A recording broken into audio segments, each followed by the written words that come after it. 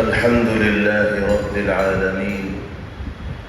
والعاقبة للمتقين والصلاة والسلام على سيدنا ونبينا ومولانا محمد وعلى آله وأصحابه الطيبين الطاهرين.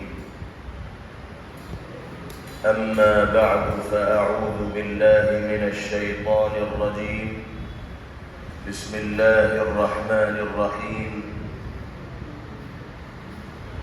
هو الذي أرسل رسوله بالهدى ودين الحق ليظهره على الدين كله وكفى بالله شهيدا. صدق الله مولانا العلي العظيم.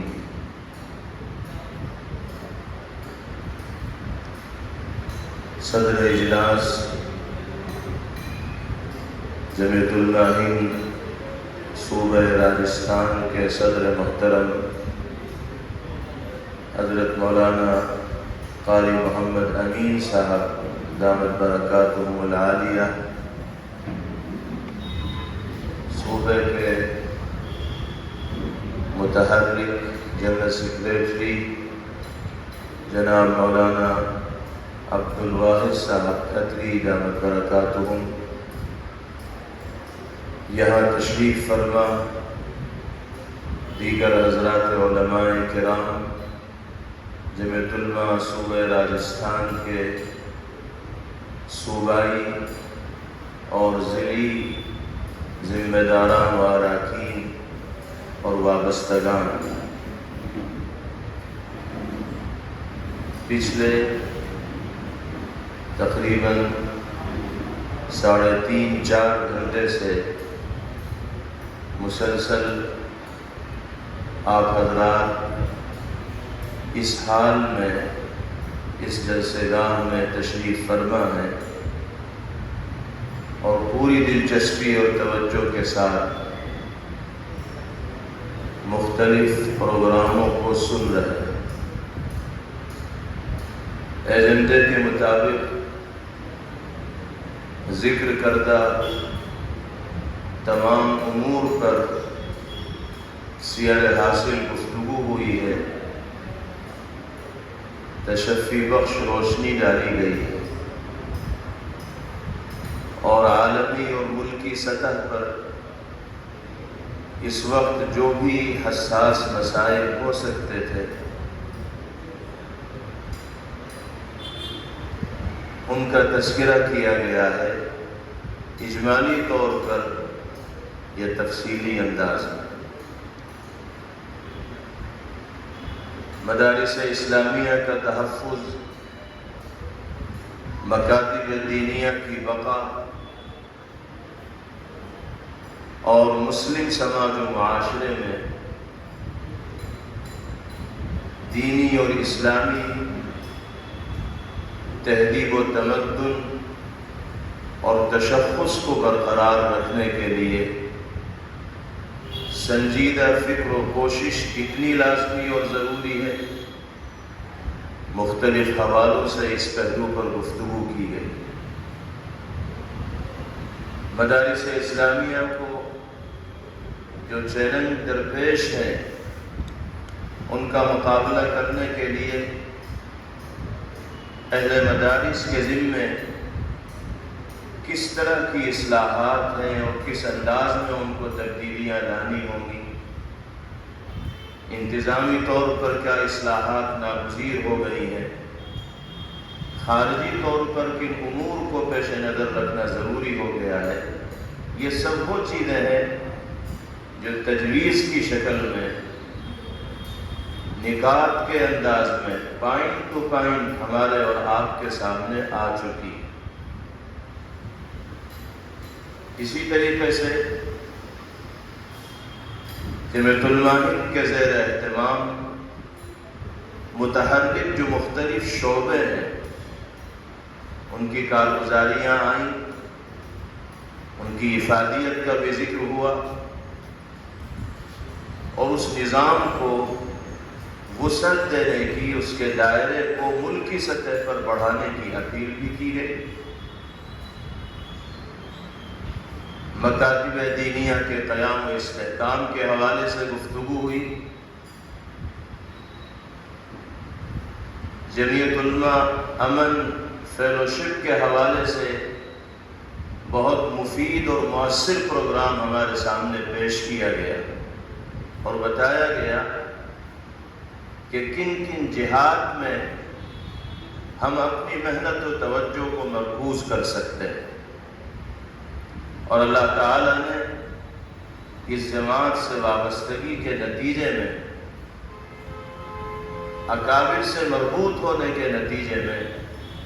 اپنی صلاحیتوں کو کن کن میدانوں میں بروئے کار لانے کا موقع ہمیں مرحمت فرمایا ہے۔ حقیقت ہے کہ جمعیت علماء ہند کے ان تعمیری پروگراموں کو اگر ہم زمینی سطح پر برپا کرنے کے لیے تیار ہو جائیں تو اتنی مشغولیت ہوگی کہ سر بجانے کی فرصت نہیں ملے۔ یہ جو تعمیری پروگرام ہمارے سامنے اس طرح کی مجالس میں ذکر کیے جاتے ہیں، ان کی افادیت کا تذکرہ ہوتا ہے، ان کی اہمیت کا تذکرہ ہوتا ہے، اس کا مقصد تذکرہ برائے تذکرہ نہیں ہے، بلکہ مقصد اصلی یہ ہے کہ ان کو اپنے اپنے علاقوں میں برپا کیا جائے، وجود میں لایا جائے، اور وہ نتائج جو ان علاقوں میں ظاہر ہو رہے ہیں، جہاں یہ پروگرام سرگرمی کے ساتھ انجام دیے جا رہے ہیں، انہی نتائج کو اپنے علاقوں کے اندر بھی رونما اور ظاہر کرنے کی فکر و کوشش کی جائے۔ انہی خطوط پر ان پروگراموں کو قائم کر کے، جن خطوط پر ملک کے مختلف علاقوں میں یہ پروگرام قائم ہیں، جاری ہیں اور برقرار ہیں۔ تو خلاصہ یہ ہے کہ کہنے کے لیے جتنی باتیں ہو سکتی تھی اس طویل وقفے میں، وہ تمام کی تمام باتیں ہمارے سامنے اجمالی یا تفصیلی طور پر آ چکی ہیں۔ اب کہنے کے لیے کچھ رہ نہیں گیا، اب تو مرحلہ صرف عمل کا ہے، اور یہاں سے یہ عزم اور پختہ ارادہ لے کر اٹھنے کا ہے کہ جو پیغام اس مجلس کے حوالے سے دیا گیا ہے وہ سدا بصحرا ثابت نہیں ہوگا۔ ان تجاویز کو محض اپنے فائلوں کی یا الماریوں کی زینت بنا کر ہم نہیں رکھیں گے، بلکہ زمینی سطح پر اپنے اپنے ضلعوں میں، اپنے اپنے علاقوں میں اس کو نافذ کرنے کی بھرپور کوشش کریں گے، محنت کریں گے۔ اگر اس عزم و ارادے کے ساتھ ہم یہاں سے اٹھیں گے، نکلیں گے اور جائیں گے، 100% ہمیں کامیابی نہیں ملے گی تو 50% تو کامیابی ملے گی، 50% نہیں ملے گی تو 40% ملے گی۔ 10% بھی اگر ہم ان پروگراموں کو نافذ کرنے میں کامیاب ہو جائیں گے تو انشاءاللہ کامیاب لوگوں کی فہرست میں ہمارا نام آئے گا۔ اور اگر عمل کے جذبے کے ساتھ ہم یہاں سے نکلے ہی نہیں اور پیش قدمی کے لیے ہر بھائی دوسرے بھائی کا انتظار کرتا رہا تو 6 مہینے کا یہ وقفہ یوں ہی گزر جائے گا، اور اگلی مرتبہ اجمیر میں جمع ہوں گے تو جس کیفیت کے ساتھ یہاں ہیں اسی کیفیت کے ساتھ وہاں ہوں۔ ایسا نہ ہونا چاہیے۔ اگلی مجلس منتظمہ ہو تو اس میں اس مجلس منتظمہ سے اس مجلس منتظمہ کے درمیان نمایاں کارکردگی صوبے کی جانب سے، اضلاع کے ذمہ داران و اراکین کی جانب سے پیش کی جائے، تاکہ اندازہ ہو کہ واقعتاً جو تجاویز پچھلی منتظمہ میں پیش کی گئی تھی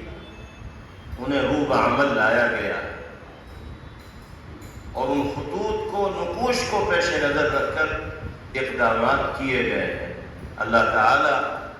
ہمیں بھی عمل کی توفیق نصیب فرمائے، اور یہاں موجود تمام حضرات کو اللہ تعالی جذب عمل کی دولت سے سرشار فرمائے، مالا مال فرمائے۔ میرے بھائیوں بزرگوں، یہ حقیقت ہے کہ اس وقت عالمی سطح پر بھی اور ملکی سطح پر بھی ملت اسلامیہ سخت ترین حالات سے دوچار ہے۔ عالمی سطح پر جو صورتحال ہے وہ کسی پر مخفی اور پوشیدہ نہیں ہے۔ صرف غزہ اور فلسطین ہی کا ایک مسئلہ نہیں ہے، جہاں پچھلے 10 مہینوں سے مسلسل ظالم طاقتیں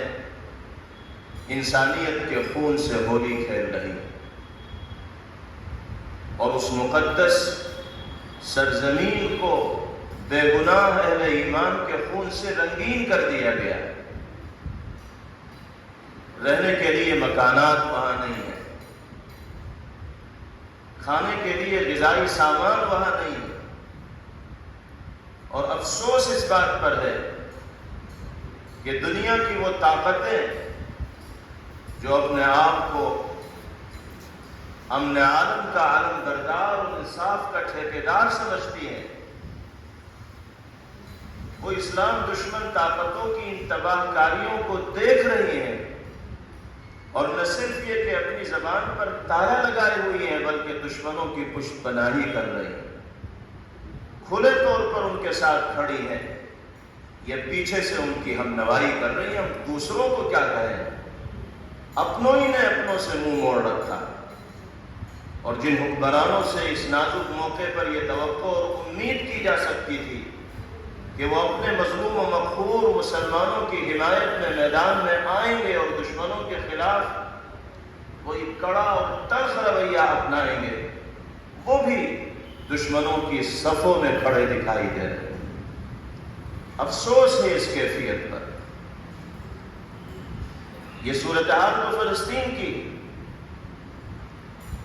اور جیسا کہ ابھی ذکر ہوا، فلسطینی تحریک کے رہنما اور رہبر شہید اسماعیل ہنیہ رحمہ اللہ بزدلانہ حملے میں جام شہادت نوش کر گئے، اور کھلے طور پر سفارتی اصول کو بھی پامال کیا گیا اور جنگی معاہدات کو بھی پیروں تلے روندا گیا، لیکن کوئی اس پر لب کشائی کے لیے تیار نہیں، بلکہ الٹا مظلوم ہی کو برا بھلا کہا جا رہا ہے اور شہید ہی کو کوسا جا رہا ہے۔ صرف فلسطین اور غزہ ہی کی یہی صورتحال نہیں ہے، بلکہ آپ دیگر خلیجی ممالک کی صورتحال کا بھی اگر جائزہ لیں گے تو اس نتیجے پر پہنچیں گے کہ اسلام پسند طبقے کو وہاں بھی دبایا جا رہا ہے، کچلا جا رہا ہے۔ اب دنیا میں جس عالم کو عالم اسلام کہا جاتا ہے، معذرت کے ساتھ کہنا پڑتا ہے کہ وہ عالم اسلام کہے جانے کے لائق رہے ہی نہیں۔ مسلمانوں کا عالم تو ان کو کہا جا سکتا ہے، لیکن ان کی حرکتیں ایسی ہیں جو اسلام کے نام پر کلنک ہیں اور دھبا۔ اسلام پسند طاقتوں کو وہ بڑھنے نہیں دیتے،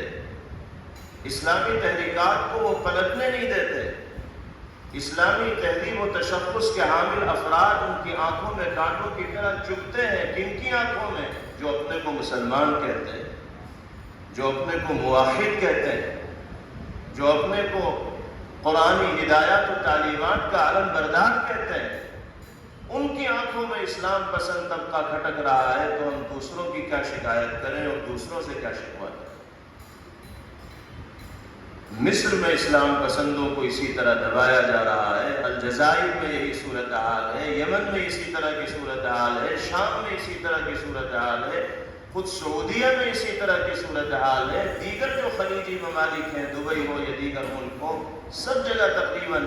ملتی جلتی صورتحال ہے۔ یہ تو ان ممالک کی صورتحال ہے کہ جہاں مسلمان بڑی تعداد میں آباد ہے، اور جہاں مسلمان اقلیت میں ہے اور غیروں کے درمیان معمولی تعداد میں زندگی گزار رہے ہیں، ان کو الگ طرح کے مسائل کا سامنا ہے، الگ طرح کی صورتحال سے وہ دوچار ہے۔ خلاصہ یہ کہ عالمی سطح پر بھی ملت اسلامیہ سخت ترین دور سے گزر رہی اور ملکی سطح پر بھی ہر ملک میں بسنے والے مسلمان الگ الگ طرح کے حالات سے دوچار۔ ہمارے سامنے اپنے ملک کی صورتحال ہے، کس کس طرح کی سازشیں ہو رہی ہیں، کیسی کیسی پلاننگ حکومتوں کی طرف سے ہو رہی ہے، مدارس اسلامیہ کو اور مکاتب دینیہ کو کس طرح ٹارگیٹ کیا جا رہا ہے، نشانہ بنایا جا رہا ہے۔ مدھیہ پردیش کی گورنمنٹ ہو یا آسام کی گورنمنٹ ہو اور انہی کے نقش قدم پہ چلنے والی یو پی کی گورنمنٹ ہو، مستقل ان حکومتوں کی طرف سے مدارس و مکاتب کو نوٹس جاری کیے جا رہے ہیں۔ آسام و مدھیہ پردیش میں تو اس کا نفاذ بھی ہوا اور بہت سے مدارس بند ہو گئے۔ یو پی میں بھی اسی طرح کا سلسلہ شروع ہوا، ملک کی دیگر ریاستوں میں بھی اسی طریقے کے سلسلے کے شروع ہونے کا اندیشہ ہے۔ ان تمام حرکتوں کا اور اقدامات کا مقصود یہ ہے کہ مسلمانوں کو ان کے مذہبی شعائر سے اور دینی تشخص سے اور دین کے بنیادی عقائد و مسائل سے محروم کر دیا جائے، نابلد کر دیا جائے، بے خبر کر دیا جائے، ناواقف کر دیا جائے۔ مدارس و مکاتب سے ان کا رشتہ توڑ دیا جائے تاکہ وہ دینی اور ایمانی غیرت و حمیت جس کے ہوتے ہوئے ایک مسلمان ہر طرح کا خطرہ مول لینے کے لیے تیار ہو جاتا ہے، اس غیرت و حمیت کی حفاظت کی خاطر اس جذبہ ایمانی کو سرد کر دیا جائے، ٹھنڈا کر دیا جائے۔ مسلمانوں کے گرد گھیرا تنگ کیا جا رہا ہے، ناانصافی کا برتاؤ کیا جا رہا ہے۔ اب یہ جو وقف ایکٹ میں ترمیم کا نیا مسئلہ کھڑا ہوا ہے اور پارلیمنٹ میں اس تبدیلی کے حوالے سے مرکزی گورنمنٹ نے بل پیش کیا ہے، 40 سے زیادہ ترمیمات وقف ایکٹ کے اندر لائی جا رہی ہیں، اس کو منظوری کے لیے ٹیبل پر رکھا جا رہا ہے۔ اس کا کیا مقصد ہے؟ حکومت کو وقف کی پراپرٹی سے دلچسپی نہیں ہے، حکومت وقف کی پراپرٹی کا تحفظ نہیں چاہتی، بلکہ اس طرح کی ترمیمات لا کر حکومت کا مقصد وقف کی پراپرٹی پر اپنا قبضہ جمانا ہے، اور جو لوگ حقیقتاً اس وقف کی پراپرٹی کے مستحق ہیں ان کو وقف کے منافع سے محروم کرنا ہے۔ باتیں تو بڑی اچھی کرتے ہیں کہ ہم ان ترمیمات کو اس لیے لا رہے ہیں تاکہ وقف کے املاک محفوظ ہو جائے، لیکن حقیقتاً ان کا مقصد تحفظ ہے ہی نہیں، ان کا مقصد کلکٹر راج نافذ کر کے وقف کی املاک کو مرکزی حکومت کے قبضے میں لانا اور پھر اپنے مقصد و مفاد کے تحت اس کو استعمال کرنا۔ یہ کھلی مداخلت ہے مسلمانوں کے حقوق۔ وقف کے املاک اور وقف کی سرزمین وہ املاک ہیں کہ جن کو ایک مسلمان نے نیک نیتی کے ساتھ صرف اللہ کی رضا کے لیے مستحقین کو فائدہ پہنچانے کی نیت سے اللہ کے نام پر وقف کیا۔ یہ خیراتی ادارے ہیں جن کی منفعت انہی لوگوں کے لیے ہے جو اس کے مستحق ہیں۔ حکومت کا کردار تو ان خیراتی اداروں کو تحفظ دینے کا ہونا چاہیے تاکہ زیادہ سے زیادہ مستحق لوگ اس سے فائدہ اٹھا سکیں،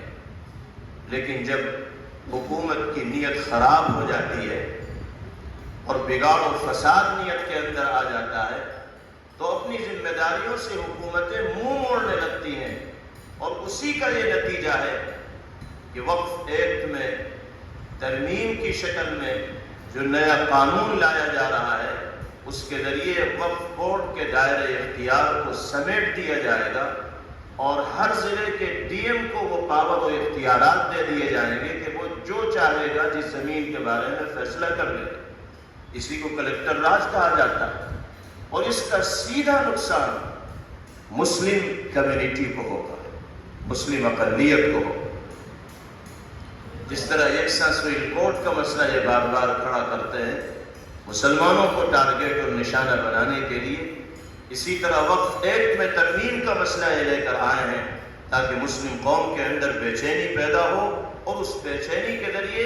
یہ اپنی کرسی پکی کر سکیں اور اپنا الو سیدھا کر سکیں۔ ان کو اپنا مفاد وابستہ ہے، یہ سمجھتے ہیں کہ غیروں کی اکثریت والے اس ملک میں مسلمانوں کو جتنا ستایا جائے گا اتنے ہم مضبوط ہوں گے، اس لیے مسلمانوں کو ستانے کی نئی نئی راہیں تلاش کرتے ہیں اور اپنا الو سیدھا کرنے کی کوشش کرتے ہیں۔ لیکن ہم یہ سمجھتے ہیں کہ ظلم کا یہ سلسلہ طویل نہیں ہوتا، دراز نہیں ہوتا، اور جب انسان حدود کو تجاوز کرنے پر آتا ہے تو قدرت کا کلہاڑا جب چلتا ہے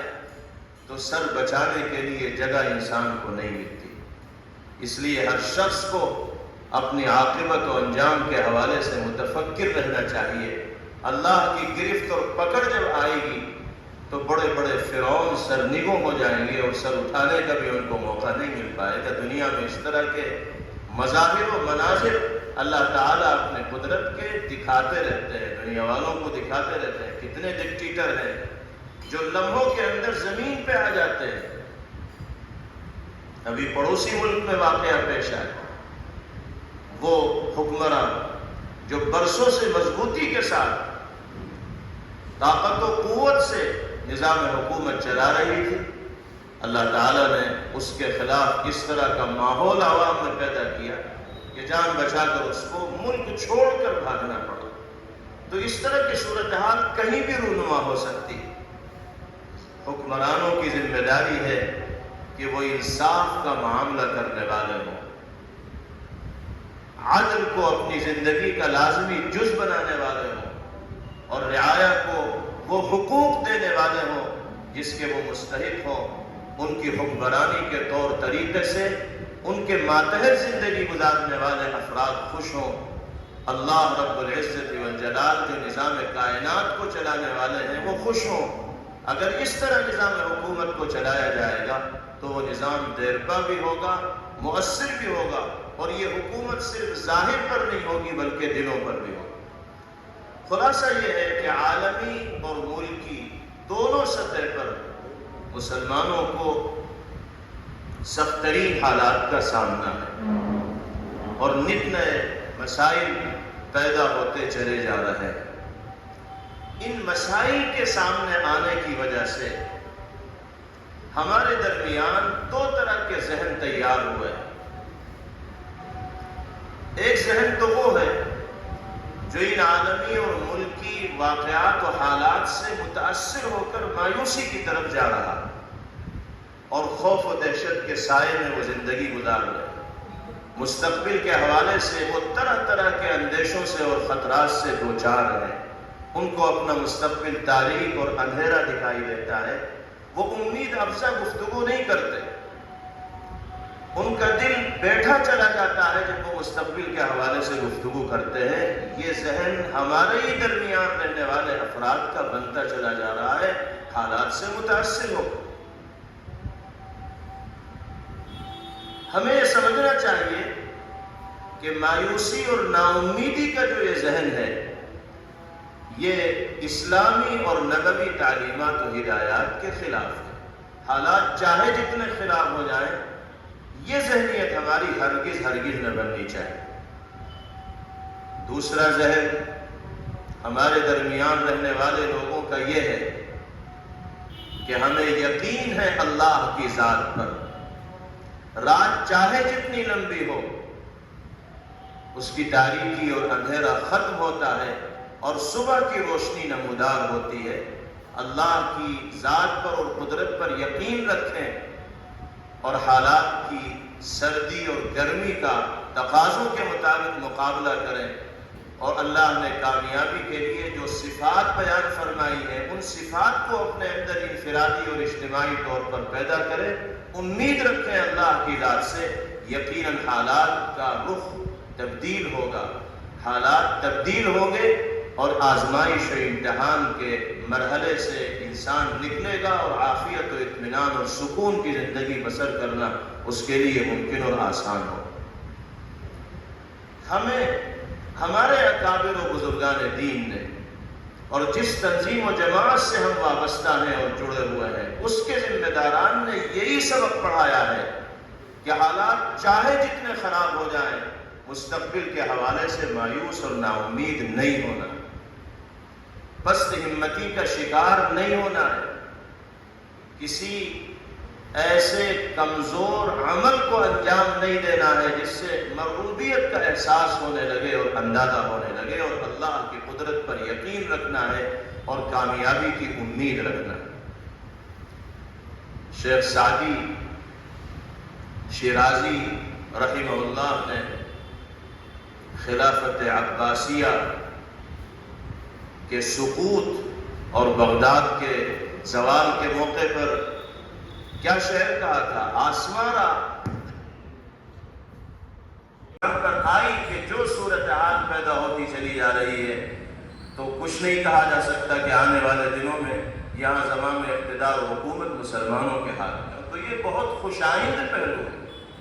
امید افزا پہلو ہے، اس پر ضرورت سے زیادہ خوش ہونے کی بھی ضرورت نہیں، اللہ کا شکر یقیناً ادا کرنے کی ضرورت ہے، لیکن امید کامیابی کی ہمیشہ روشن رکھنے کی ضرورت ہے۔ اللہ تعالیٰ اہل ایمان کو مایوس نہیں کرے۔ لا تقنطوا من رحمت اللہ۔ ہم اس ملک میں چاہے جتنی مخالفتوں کا سامنا دشمنان اسلام کی جانب سے کریں، لیکن ایمانی فکر پر اگر مضبوطی کے ساتھ ہم جمے رہیں گے اور قائم رہیں گے اور کامیابی کی راہوں کو اور منزلوں کو طے کرتے رہیں گے تو انشاءاللہ ہدف اور مقصود تک پہنچنا آسان ہوگا اور کامیابیاں قدم چومیں۔ اس طرح کے پروگراموں کا مقصد یہی ہوتا ہے کہ فکر عمل لوگوں کے دلوں کے اندر پیدا کی جائے، تحرک و سرگرمی اختیار کرنے کی اپیل کی جائے۔ جب تک ہم کچھ کرنے کے لیے تیار نہیں ہوں گے، اپنے آپ کو مقصد کی حصولیابی کے واسطے وقف کرنے کے لیے تیار نہیں ہوں گے، اپنے روز و شب کو اور اوقات کو صحیح طور پر استعمال کرنے کے لیے تیار نہیں ہوں گے، اس وقت تک کامیابی ہمارے ہاتھ نہیں لگے۔ ان حالات میں سب سے بنیادی اور سب سے پہلی ضرورت یہ ہے، جس ضرورت کو پورا کرنا ہم سب کی انفرادی ذمہ داری ہے، بلکہ مسلم سماج و معاشرے کے ہر فرد کی انفرادی ذمہ داری ہے کہ ہم انفرادی طور پر 100% اپنی زندگی میں دین داخل کرنے کی فکر و کوشش کریں۔ سب سے پہلی ذمہ داری ہے، جب تک ہم اپنے آپ پر اسلامی قوانین کو نافذ نہیں کریں گے اس وقت تک ہم دوسروں کو اسلامی قوانین پر عمل کرنے کی دعوت دیتے ہوئے اچھے دکھائی نہیں دیں گے۔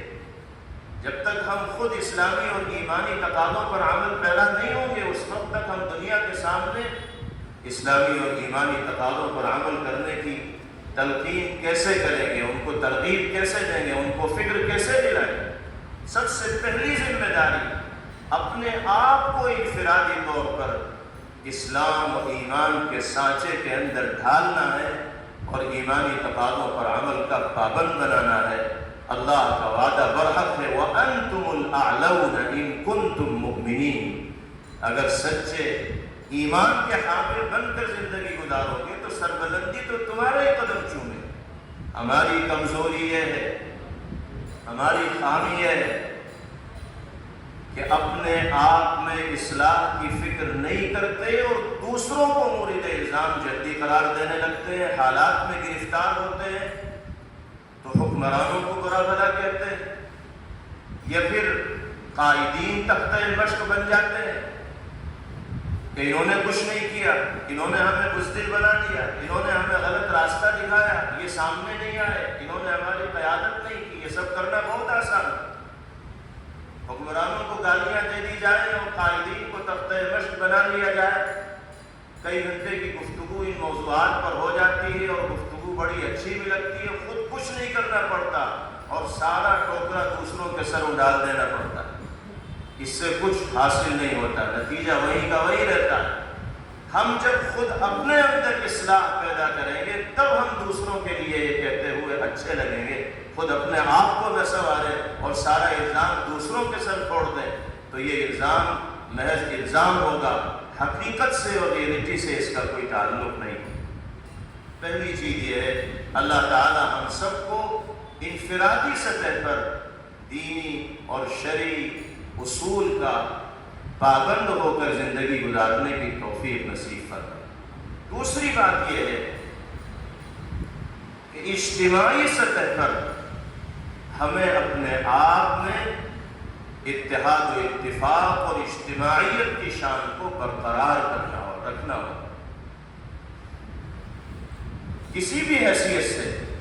اگر ہمارے درمیان کوئی رنجش ہے، اختلاف ہے، تو وسیع تر مفاد کو پیش نظر رکھتے ہوئے ان جزوی اختلافات کو کنارے کریں گے اور قومی مفاد میں ایک پیج پر اکٹھے ہوں گے، ایک میدان میں یکجا ہوں گے۔ بعض اختلافات فکری اور نظریاتی اعتبار سے ایسے ہوتے ہیں کہ جن کو کسی بھی حال میں قبول نہیں کیا جا سکتا۔ ہم یہ نہیں کہتے کہ اس اتحاد کا مطلب یہ ہے کہ آپ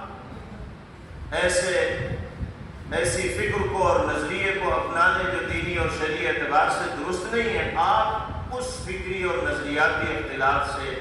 100% عدم اتفاق کا مظاہرہ کرتے ہوئے قومی مفاد میں کم از کم ایک پیج پر آئیں تاکہ آپ کی اجتماعیت کی شان برقرار رہے۔ اگر ان اختلافات کی وجہ سے ہم منتشر رہیں گے اور کسی ایک جگہ ہماری طاقت متفق، متحد اور یکجا نہیں ہوگی تو ہم اپنا وزن دوسروں کے اوپر بنانے میں اور برقرار رکھنے میں کامیاب نہیں ہو پائیں۔ انفرادی طور پر سب کو دین و ایمان کے اصولوں پر عمل کرتے ہوئے زندگی گزارنی اور اجتماعی طور پر جہاں تک ممکن ہو سکے متحد و متفق ہو کر اور اجتماعیت کے ساتھ زندگی گزارنی۔ اللہ سے لو لگانا ہے، دعاؤں کا اہتمام کرنا ہے۔ جب اس فکر کے ساتھ زندگی گزرے گی تو وہ جو ہمارا میدان کار ہے، دعوت اللہ، اللہ کی طرف بلانا، دین کی طرف بلانا، ہم اس میدان کار میں بھی بڑے مؤثر ثابت ہوں۔ یہ دو چیزیں اگر ہمارے اندر آئیں گی، نمبر 1 دینداری، نمبر 2 اجتماعیت کی شان، تو دعوت اللہ کے میدان میں بھی ہم جھنڈے گاڑنے والے بنیں گے۔ غیروں کو دین اسلام کی طرف راغب کرنے میں اللہ ہمیں کامیابی عطا فرمائیں گے اور ہم اللہ کے کرم سے دائرہ اسلام کو وسیع سے وسیع تر کرنے میں کامیاب ہوں۔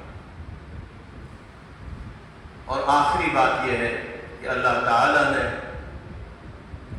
ذمہ دار طبقے سے آپ حضرات کو منسلک فرمایا ہے، جوڑا ہے۔ یہاں ذمہ داروں ہی کا اجتماع، مدارس کے ذمہ داران ہیں یا جمعیت علماء کے مختلف شعبوں کے ذمہ داران، اور ذمہ داران کی حیثیت عوام کے لیے مثال ہوا کرتی ہے، نمونہ ہوا کرتی ہے۔ ہمیں اور آپ کو دیکھ کر نہ جانے کتنے لوگ اپنی زندگی کا رخ تبدیل کرتے ہیں۔ ہماری حرکات و سکنات ان کے مشاہدے میں ہوتی ہے اور جیسا ہماری طرف سے کیا جاتا ہے ویسا پھر ان کی زندگی کے اندر بھی دکھائی دیتا ہے۔ ہمیں اپنی اس حیثیت کو اور منصب کو سمجھتے ہوئے بہت محتاط ہو کر زندگی گزارنے کی ضرورت ہے اور اپنے ہر عمل کو اور اقدام کو یہ سمجھ کر انجام دینے کی ضرورت ہے کہ ہمارا یہ عمل اور ہمارا یہ اقدام ہماری ذات تک محدود نہیں رہے گا بلکہ متعدی ہو۔ حضرت مولانا سید ابو الحسن علی میاں ندوی نور اللہ مرقدہ فرمایا کرتے تھے کہ مدارس اور دینی اداروں کے قیام کا مقصد ایسے علماء کو تیار کرنا ہے جو باحوصلہ ہو، باشعور ہو، باغیرت ہو اور بے شعوری، بے غیرتی اور قانون الہی کی پامالی کے سخت ترین دور میں بھی وہ امت کے لیے مینار نور بن کر کھڑے رہنے والے،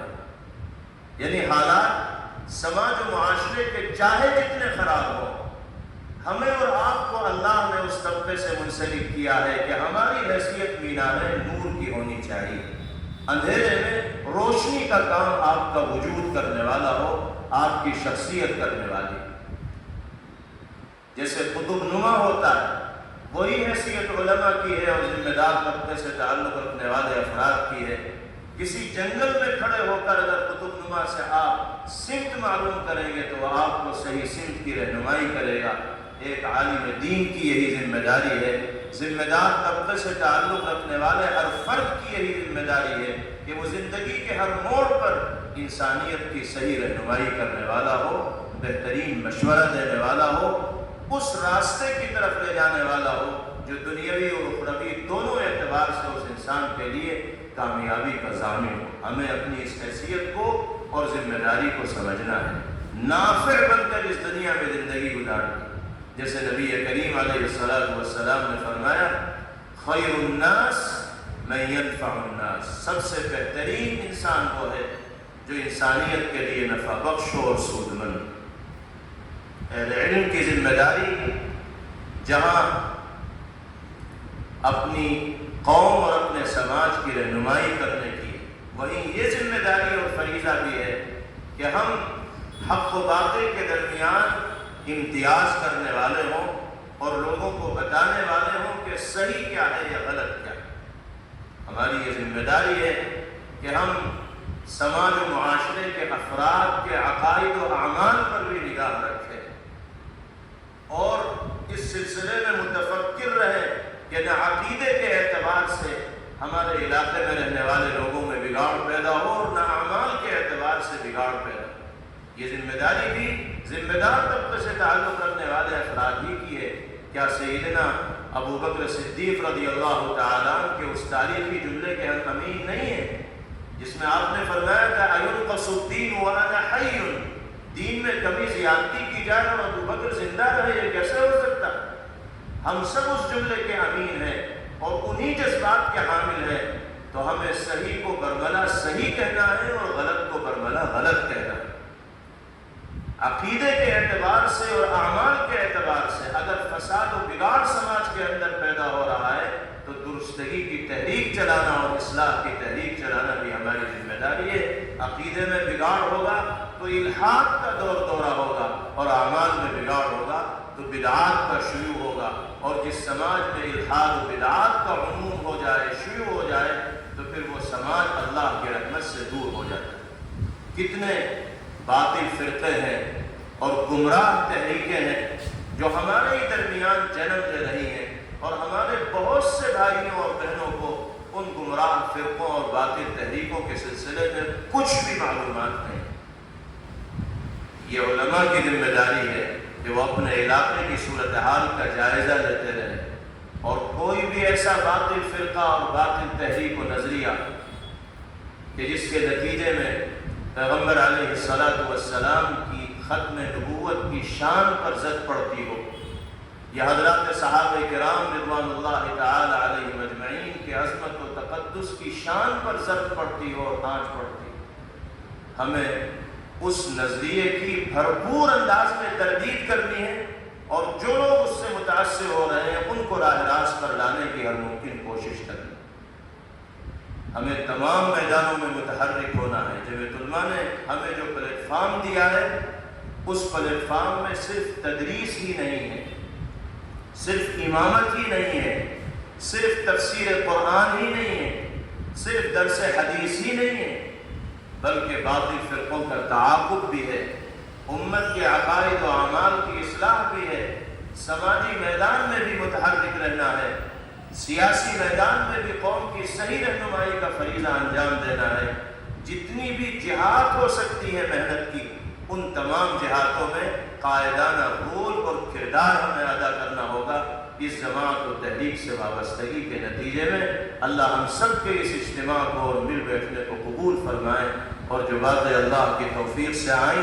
باری تعالی ہم سب کو عمل کی دولت سے بہراور فرمائیں. وآخر دعوانا ان الحمد للہ رب العالمین.